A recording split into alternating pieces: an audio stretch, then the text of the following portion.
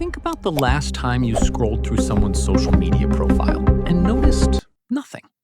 No selfies, no candid shots, maybe a few landscape photos, a meme or two, but never a face. Their face. And here's what's interesting. You noticed. You thought about it. Maybe you even formed an opinion. Maybe you thought they were hiding something. Or maybe, just maybe, a quiet part of you respected it. What if the people who never post their photos aren't the ones with something to hide, but the ones who see something the rest of us don't?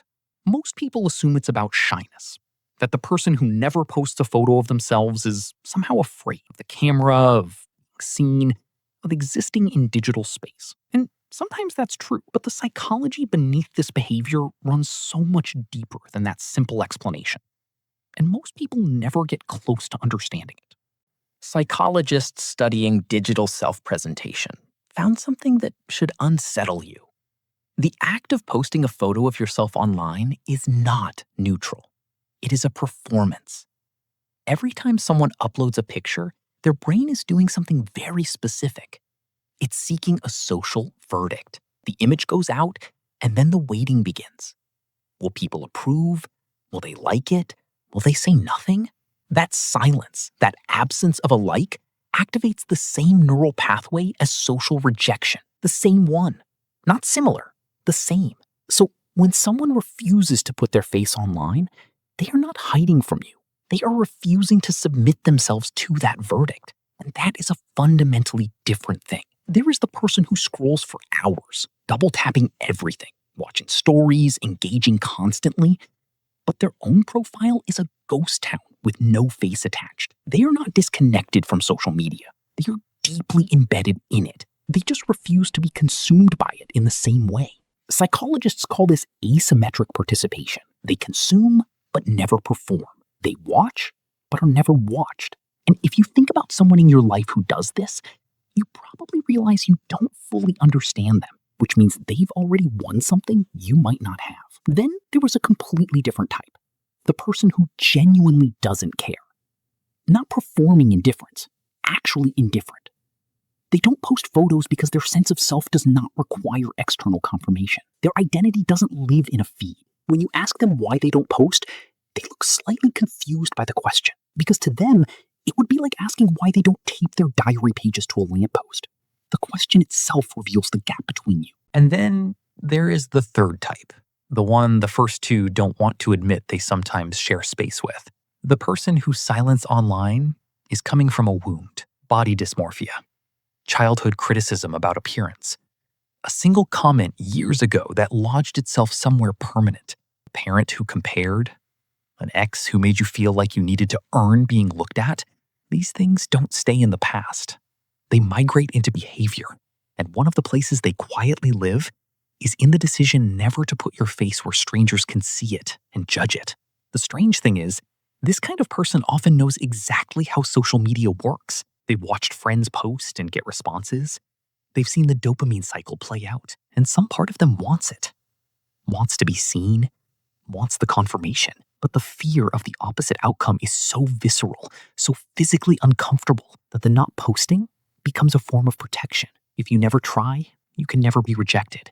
And that is a painful way to live, even if it looks from the outside like privacy. What makes it more complicated is that these people often have the most to offer, the most interesting inner world, the most genuine warmth. But they've concluded somewhere at some point that the world doesn't deserve access to that. Or worse, that the world won't want it. And so they disappear, not dramatically, quietly. One non-posted photo at a time. Some people don't post their photos because they have looked at what posting photos actually does to a person, and they want no part of it. They've watched friends become subtly addicted to feedback loops. They've noticed how a bad photo week affects someone's mood. They've observed the way people start curating, not just their images, but their actual lives to be more postable. And they made a quiet decision. No. This is not superiority. Or rather, it is, but not the ugly kind. It is the kind of superiority that comes from seeing a trap clearly and simply walking around it. Research in behavioral psychology consistently shows that external validation, when it becomes a regular expectation, erodes intrinsic self-worth. The more you need the likes to feel okay, the less capable you become of feeling okay without them. The person who never enters that cycle doesn't have to unlearn it. They simply never got hooked.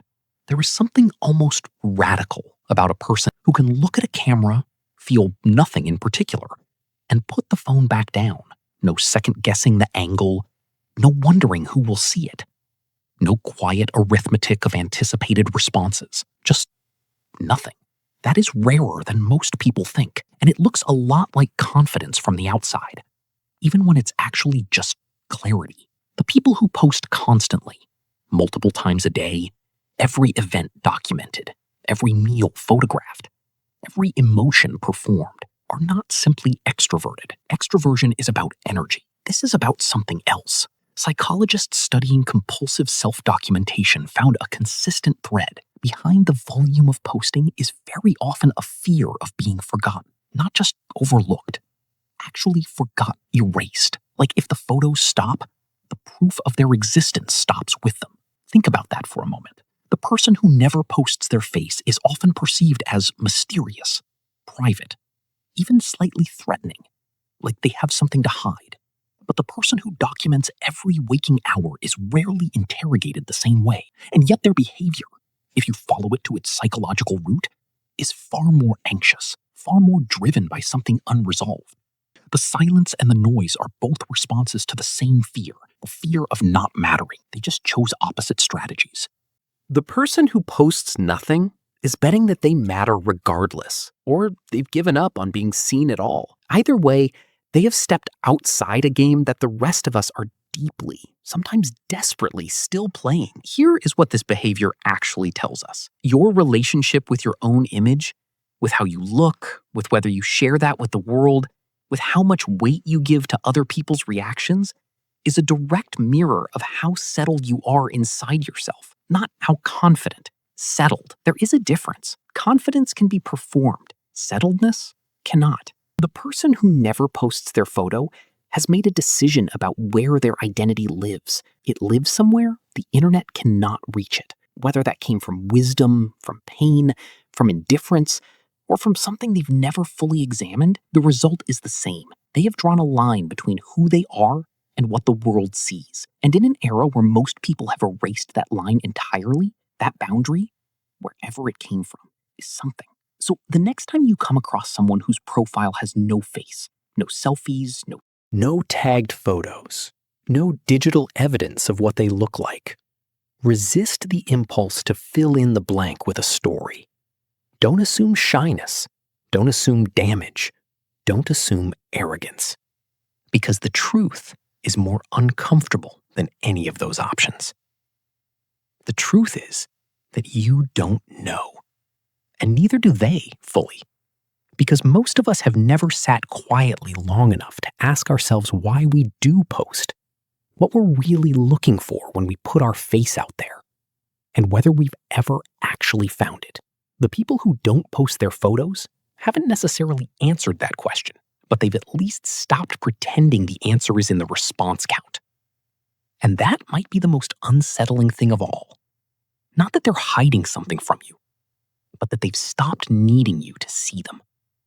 And you haven't quite figured out how to stop needing that yourself.